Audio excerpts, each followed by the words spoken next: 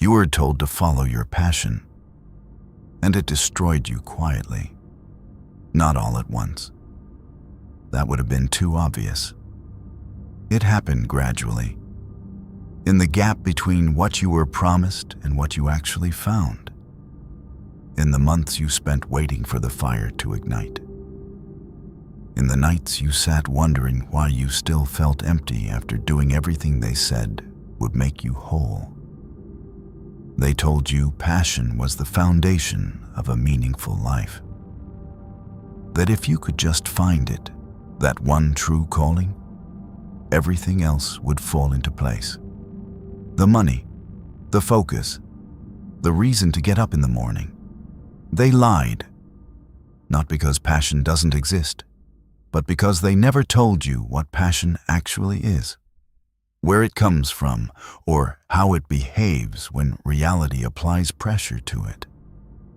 And that gap between the myth and the truth has cost you more than you know. Here is the first truth they buried. Passion is not a discovery. It is a construction. Most people are waiting to feel it, waiting for the moment something clicks, when the world finally reveals their purpose, like a gift they were always meant to receive.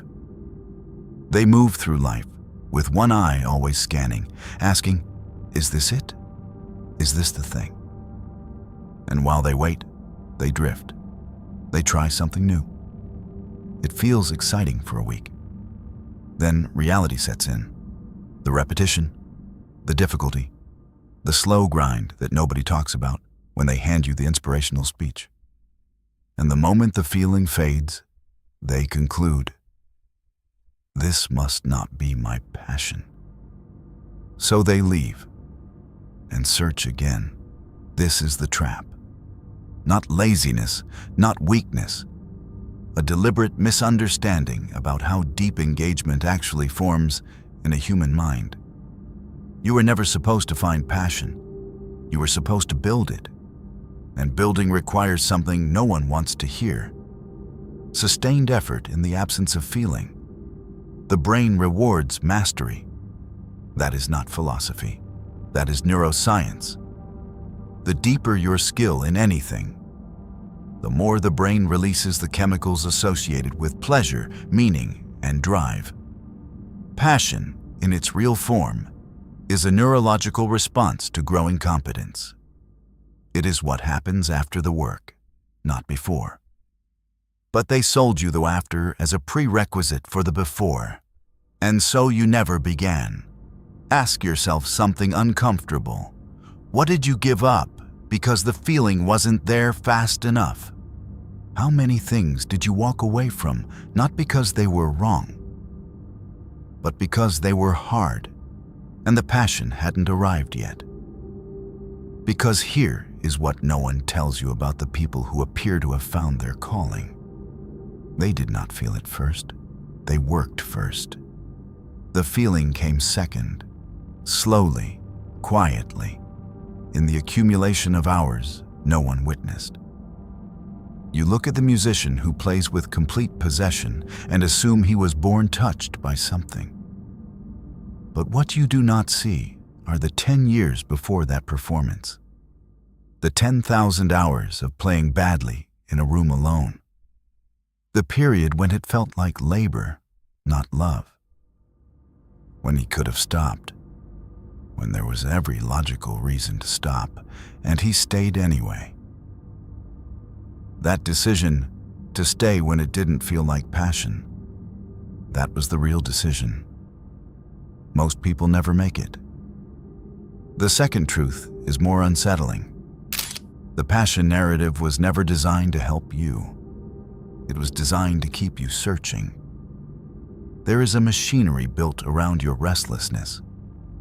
A billion-dollar architecture of courses, retreats, coaches, and content, all selling you the same promise in different packaging. You haven't found your purpose yet, but we can help. And so you pay, you consume, you attend, you journal and reflect and do the exercises. You feel briefly hopeful. Then the feeling fades, and you return to the search. And the cycle continues. Understand what that cycle produces. Not passion, not purpose. Dependency. A dependency on the feeling of almost finding it. The search itself becomes the substitute for the thing. The seeking becomes the identity. And as long as you are seeking, you are buying. You are not meant to find it. You are meant to keep looking. A man who has found his work and committed to it completely needs nothing from that machine. He is ungovernable, unreachable by those selling answers. The searching man, however, uncertain, hopeful, slightly dissatisfied, he is the perfect customer, perpetually. This is not cynicism. This is the cold architecture of how influence operates on human desire. Once you see it, you cannot unsee it. Quote, "The man who waits for the feeling before doing the work will always be governed by those who long ago stopped waiting. The third truth will make you reconsider everything you've been told about fulfillment. Passion is not the source of great work. It is the byproduct of it.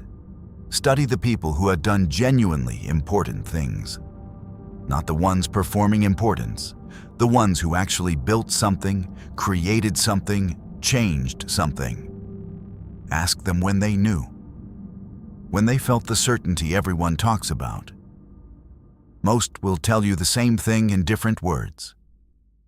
They didn't. They started without certainty. They moved through doubt. They put in hours on days when nothing felt significant. And somewhere in that accumulation, not at the beginning, not even in the middle, but somewhere deep in the work, meaning began to form, not given to them, formed by them. This distinction is everything. A given meaning can be taken away by failure, by boredom, by a world that doesn't respond the way you expected. A constructed meaning, built in the fire of consistent effort, cannot be removed by circumstance, because you know how it was made. You know it came from you, not from the feeling, not from external validation, not from a moment of divine clarity. From you. That is the kind of meaning that holds when everything else collapses. Now the part most people cannot sit with. You may already be inside your purpose and not feel it. Because you were taught that purpose should feel electric, obvious, unmistakable.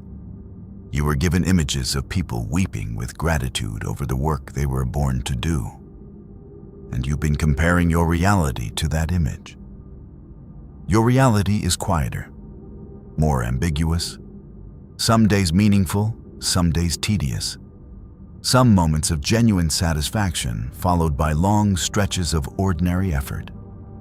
And you have been quietly concluding that something is wrong. Nothing is wrong. That is what real work feels like from the inside. The cinematic version of passion, constant fire, constant clarity, constant sense of rightness. That is not the experience of purpose. That is the experience of novelty. And novelty dies. Always. Every time. The question is never, does this still feel exciting? The question is this still worth the cost? Because real commitment is not sustained by feeling. It is sustained by judgment, a clear-eyed decision that this is where your energy belongs, regardless of whether today felt electric or ordinary. The people who last are not the most passionate. They are the most decided. There is one more layer. The passion lie did not just steal your direction.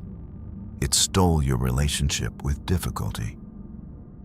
When you are told that the right path should feel natural, should feel like alignment, then resistance becomes a signal. Difficulty starts to feel like evidence. This mustn't be right, because if it were right, it wouldn't be this hard. And so difficulty, which is the actual mechanism of growth, becomes the reason to leave. You were trained to interpret struggle as a sign of mismatch, when in reality, struggle is a sign of contact. Contact with something real, something that requires something from you. The things that require nothing from you will also give nothing back. The person who avoids difficulty avoids depth. They skim across the surface of many things, feeling the initial excitement of each, abandoning each when the demand increases. And they collect experiences without ever collecting mastery. Mastery is the only currency that compounds. Everything else inflates and disappears. So what is the actual path? Not the search for passion, the commitment to direction. Choose something adjacent to your genuine curiosity, not what you love in its finished form, but what you are willing to engage with in its unfinished, difficult, unglamorous form. What problem are you willing to sit inside for years without a guarantee of outcome? That question is more useful than any question about passion. Then commit without announcement, without the performance of having found your calling, without the social media declaration that invites congratulation and creates an identity you now have to protect. Just work, quietly, consistently, without waiting for the feeling to confirm that you're doing it right. The feeling will come, but it will come as a result, not as a prerequisite. And when it arrives, built on months or years of real effort, it will be a different thing entirely from the feeling they were selling you. It will be yours. Something changes when you accept this. You stop searching for the right feeling and start building the right habits. You stop asking the world to confirm your purpose and start confirming it yourself through action. You stop being governed by excitement and begin being governed by direction. And in that shift, subtle, invisible to most, you become a different kind of person, not passionate in the performance sense, but committed, focused, unhurried, someone the search cannot touch anymore, because you are no longer searching. But here is what they still haven't told you. Even when you find the direction, even when you build real skill, even when the work begins to mean something, there is still one more thing working against you. Something internal. Something that has nothing to do with passion or purpose. Something far older and far more difficult to see. And it is the real reason most people, even the disciplined ones, never fully arrive.